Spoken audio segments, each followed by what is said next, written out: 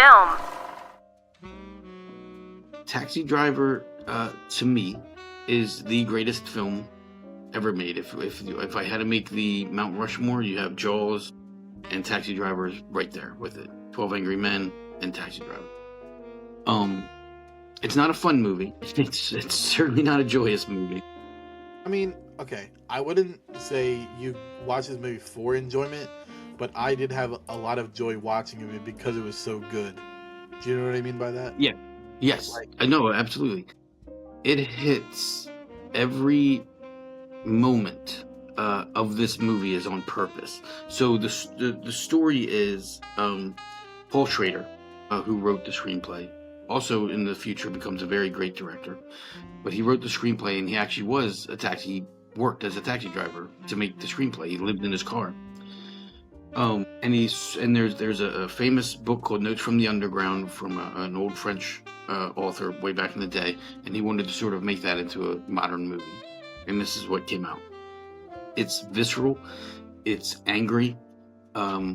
It takes place in a time when New York City was not this great thing in the 70s. Yeah. There were strip clubs everywhere, there were porn theaters everywhere, there was drugs everywhere. The city was a mess. Gangs were everywhere. It was a terrible place, right? For the most part. And this movie just speaks to that weird.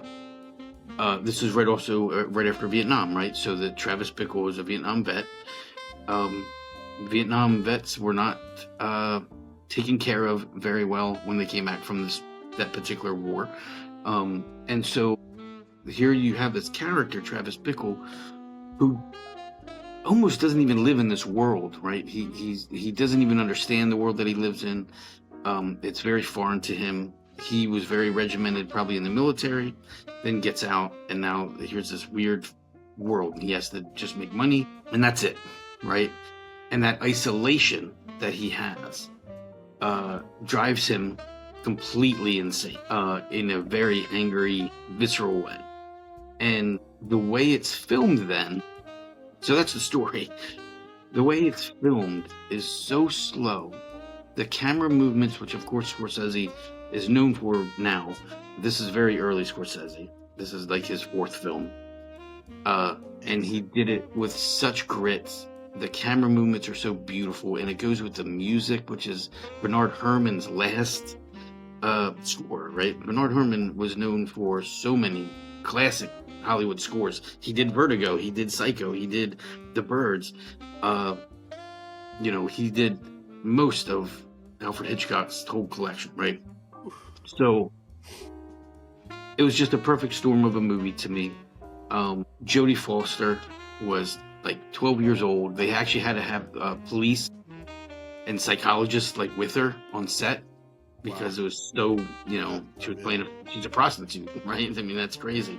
Harvey Keitel is fantastic in it. De Niro is fantastic in it. Martin Scorsese even has a part in it, which is mind-blowing part. Yeah, Martin Scorsese's scene in that movie is probably my favorite, just because I feel like that's the realization from Travis of like, he's about to kill this guy in the building, and he's telling me outright he doesn't care. Like, he wants to kind of reciprocate that same energy to what he's dealing with, Yeah, and it's so you can tell. Another reason I love this movie is because it's not perfect. Every movie today, and even Martin Scorsese movies, they're perfect, right? You can tell they're not really messing around too much. In this movie specifically, even in that scene, there's some of the audio that just doesn't even really match what's happening, because Martin Scorsese just keeps talking. Yeah. And it's probably harder to edit. So you just hear him like, no, put it down. Put the thing down. Put the thing down. Put it down. Yeah, but there's almost a level of where they're just playing around, like they're not even, they're off script. They're improvising a little bit. And it's captured. And it doesn't look perfect. It doesn't sound perfect even, right? When he's, well, put it down. And I love that about this movie, where there's actually a whole scene. This was probably on purpose, but there was a whole scene where he starts his, he does a voiceover. So again, sometimes voiceovers work, sometimes they don't. this works perfectly. These voiceovers, and there's a voiceover where he starts and then stops to and restarts it, right? Yeah. Like he's like he messed up himself. The character messed up, right? And now we have to listen to it again. You get inside his head, and you really absolutely go crazy with him. There's so many scenes where the camera moves so slowly that you think something's going to happen, but nothing does, right until the end. It's always like the camera's moving you somewhere that doesn't really go anywhere at all. So there's so many different movements of that. How they filmed the rigs on the taxi to film it in the rain. Right. Oh, it's just one of the most beautiful films.